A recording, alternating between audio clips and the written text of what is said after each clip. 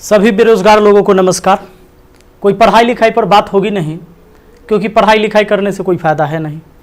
पढ़ाई लिखाई करा के ही क्या करेंगे जब आपको रोजी रोटी हो ही नहीं सकता आपके पढ़ाई लिखाई से। समस्या इस बात की है हमारे देश में कि मोदी जी केवल अपने मन की बात करते हैं। कभी इस जनता के भी मन की बात सुन लिया कीजिए। बहुत बार मन की बात हम लोग सुन चुके हैं, परेशान हो गए हैं।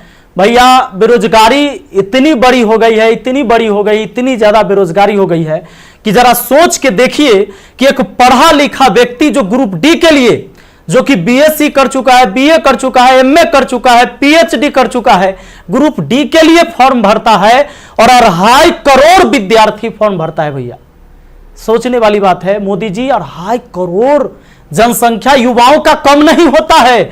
2.5 करोड़ है तो उसके माँ बाप भी जोड़ लीजिए, भाई बहन जोड़ लीजिए, और वो युवा है तो उस पर उसके परिवार का निगाह टिका हुआ है, उससे एक आस जुड़ा हुआ है उस परिवार का। प्लीज आपसे हाथ जोड़कर विनती है हमारी। अब कहिएगा कि आप पगला काहे गया है। लोग कहेंगे, कुछ नेता लोग, देखो हमारा कोई पार्टी या पॉलिटिक्स से कोई मतलब नहीं है। जैसा बीजेपी वैसा ही कांग्रेस, वैसा ही आरजेडी, वैसा ही जदयू, सबका हाल वही है। अगर कांग्रेस का हाल बेकार नहीं होता तो बीजेपी नहीं आता, और आरजेडी का बुरा हाल नहीं होता तो जदयू नहीं आता। सबका यही समस्या है। मुझे किसी पार्टी से मतलब नहीं है, लेकिन मुझे अपने आदरणीय प्रधानमंत्री नरेंद्र मोदी जी से मतलब है। ये छात्र ने आपको बनाया है, ये छात्र ने आपको जिताया है, और केवल आपको अपने मन की बात करने के लिए प्रधानमंत्री नहीं बनाया था। कहेंगे कि तुम्हारा क्या जाता है भैया, तो आपको पता है जब आप देश के खातिर अगर कोई भी चीज युवाओं से आप कहते हैं कि भाई योगदान करो। अभी कोरोना वायरस के समय सब लोगों ने आपका योगदान किया, मैंने भी किया, 1 लाख रुपए डोनेट किया था। मेरा अधिकार बनता है कि मैं आपसे सवाल पूछूं। मीडिया वाले आपसे नहीं पूछेंगे, क्योंकि मीडिया वाले आपके हिसाब से चलते हैं। मीडिया वाले वही चीज दिखाते हैं जो लोगों को देखने में मजा आता है, लेकिन बेरोजगारी पर कोई बात नहीं करेगा। व्यू नहीं होंगे, इसलिए बेरोजगारी पर बात नहीं होगा। उसको चर्चा केवल चाहिए कि रिया चक्रवर्ती किसके साथ आज घूम रही है, कल कहां सोई थी, परसों कहां सोएगी।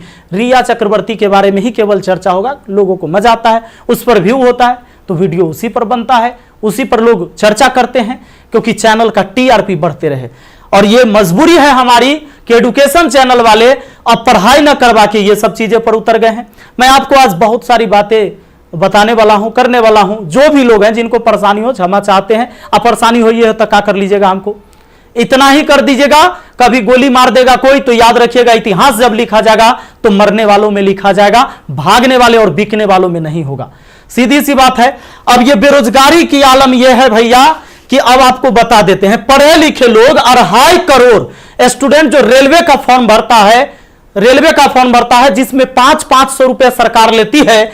इस तरह से टोटल 12.5 अरब होता है रुपया, यानी कि 12 अरब 50 करोड़।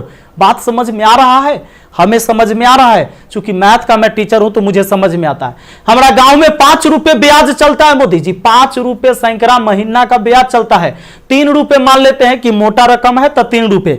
अब 3 रुपए से हमने निकाला 3% से महीना का, चूंकि महीना में ब्याज चलता है गांव में, तो इस तरह से 12 महीना में 36% हुआ, 2 साल में 72% हुआ, और ये 12.5 अरब का जो ब्याज हुआ वो 9 अरब हुआ। 2 साल आप लटका दिए रेलवे वाला फॉर्म भरवा के लड़का सबको 500 रुपया लेके। अब आप कहिएगा कि एग्जाम के बाद तो हम पैसा लौटा देते हैं, लेकिन बात यहां यह है कि पैसा तो आप लौटा दीजिएगा, 100 रुपया रख लीजिएगा, 400 लौटा दीजिएगा, लेकिन 2 साल में आपने बिजनेस कर लिया है 9 अरब का। भैया बहुत होता है 9 अरब, कोई साधारण बात नहीं है। अब देख लीजिए, आप कहेंगे कि इतना बकर बकर कर रहे हैं, भाई गरीब आदमी है। जब मेरे अकाउंट में केवल 1,23,000 रुपया था ना, तो 1 लाख रुपए हम पीएम केयर फंड में दिए थे। काहे जानते हैं?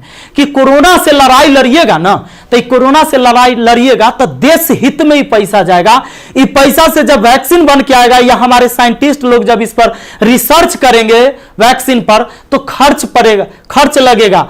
तो आदमी किसके पास जो औकात था, 1 रुपया, 11 रुपया, 100 रुपया, 50 रुपया, 1 करोड़, 500 करोड़, 1000 करोड़ लोगों ने योगदान दिया, जिनसे जो हो सका। पूरा देश आपके साथ खड़ा था, आपके साथ खड़ा था, और याद रखिएगा कि ये युवा बेरोजगार रहेगा तो आपके विरुद्ध खड़ा होगा, भैया तख्ता पलट जाएगा। ये बात पक्का सुन लीजिए, काहे कि आज हम दिल से बात कर रहे, दिल से बात किए थे तब ना मदद किए थे।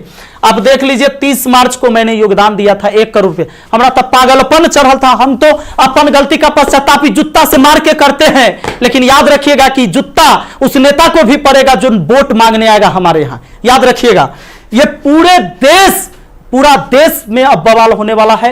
अगर सही टाइम से एग्जाम नहीं लीजिएगा, युवाओं को रोजगार नहीं मिलेगा, तब आपके मन की बात नहीं होगी हमेशा, ये जनता के भी मन की बात होनी चाहिए।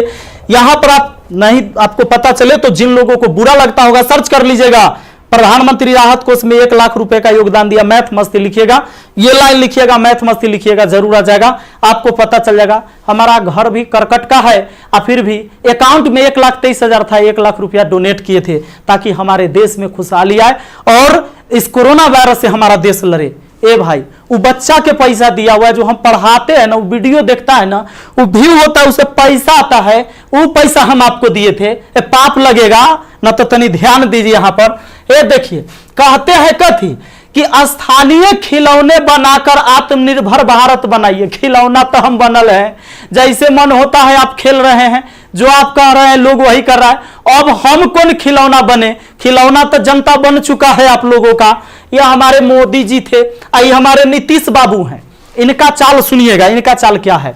अभी जब चुनाव आने वाला है तो बिहार पुलिस के बहाली निकाल देंगे, बिहार पुलिस के बहाली निकाल देंगे तो भारी संख्या में एग्जाम एगो करवा लेंगे, रिजल्ट नहीं देंगे। अब एग्जाम दे के लड़का फसल है कि अगर नीतीश जी नहीं आते हैं तो फिर आगे रिजल्ट नहीं आएगा, कोई ना कोई बवाल। चूंकि बिहार में कोई एग्जाम जो है ये ना है कि साफ सुथरा से हो।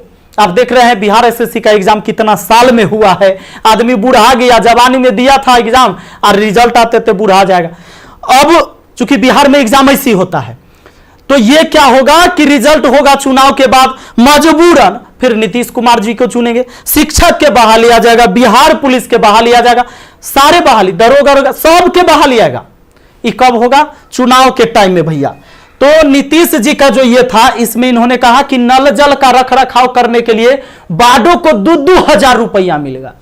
हे प्रभु, ये 2-2 हजार कहला दे रहे हैं, नल जल के दशा दिखा दें।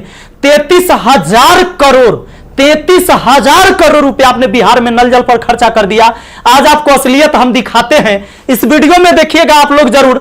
इस वीडियो को इतना शेयर करिएगा कि मुख्यमंत्री से लेकर प्रधानमंत्री तक पहुंचना चाहिए, बिल्कुल पहुंचना चाहिए कि हमारे जहां से हम हैं वहां की स्थिति आपको दिखा देते हैं कि नल जल का स्थिति क्या है।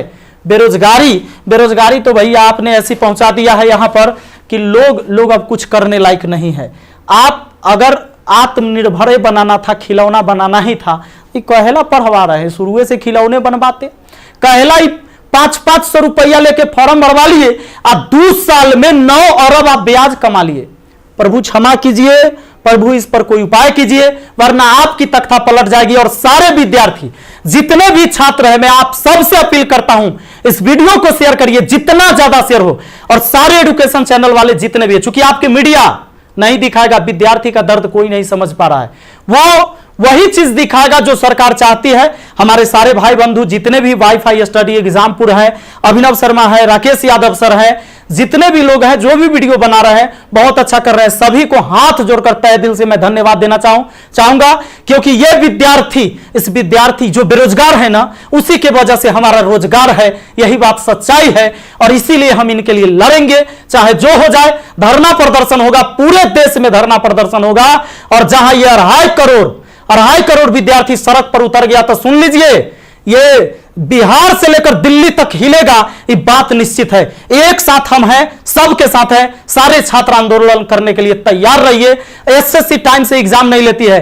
एक तो आप वैकेंसी ही कम निकालते हैं, अब वैकेंसी कम निकालते हैं तो जो निकालते हैं ओकर तो कम से कम एग्जाम ले लीजिए, सही से रिजल्ट ले लीजिए, सही से रिजल्ट दीजिए और एग्जाम सही से ले लीजिए, टाइम से ले लीजिए।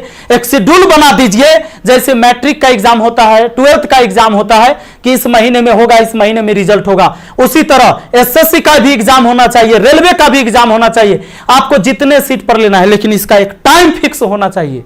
कितने इस महीने में एग्जाम होगा, इस महीने में रिजल्ट आएगा, इस महीने तक ज्वाइनिंग होगा, ताकि अंधेरे में लोग ना जिए। हे प्रभु, ये पाप लगेगा अगर इस युवाओं के साथ गरीब के बच्चा ना जनरल कंपटीशन के तैयारी करता है, आर्मी के तैयारी करता है, गरीब के बच्चा जाता है, कम से कम एकरा साथ इतना अन्याय ना कीजिए। ये पाप का घड़ा भर चुका है। मैंने अपने सर पर जूता मारा है। अगर वोट मांगने मेरे एरिया में आइएगा, हम जूता मारेंगे आप लोग को, ये बात पक्का कह देते हैं। आई वीडियो शेयर होना चाहिए। आप सबको इस बात के लिए मैं कहना चाहूंगा कि आप शेयर करिए, इस वीडियो को पहुंचाइए, जहां तक हो सके इसको पहुंचना चाहिए। और हर व्यक्ति आपसे हाथ जोड़कर विनती है कि हल्ला बोल ये नारा लगाइए और सब लोग पहुंचाइए, सब लोग वीडियो बनाइए, जितने भी एजुकेशन से जुड़े हुए हैं, क्योंकि कोई मीडिया वाला आपको दिखाने वाला ये नहीं है। और बस यही बात कहना चाहेंगे और जल्दी आग के तरह इस वीडियो को फैलाइए। और ज्यादा कुछ नहीं बोलेंगे। बेरोजगारी इतना बढ़ गया है कि आप सब कुछ समझ ही रहे हैं।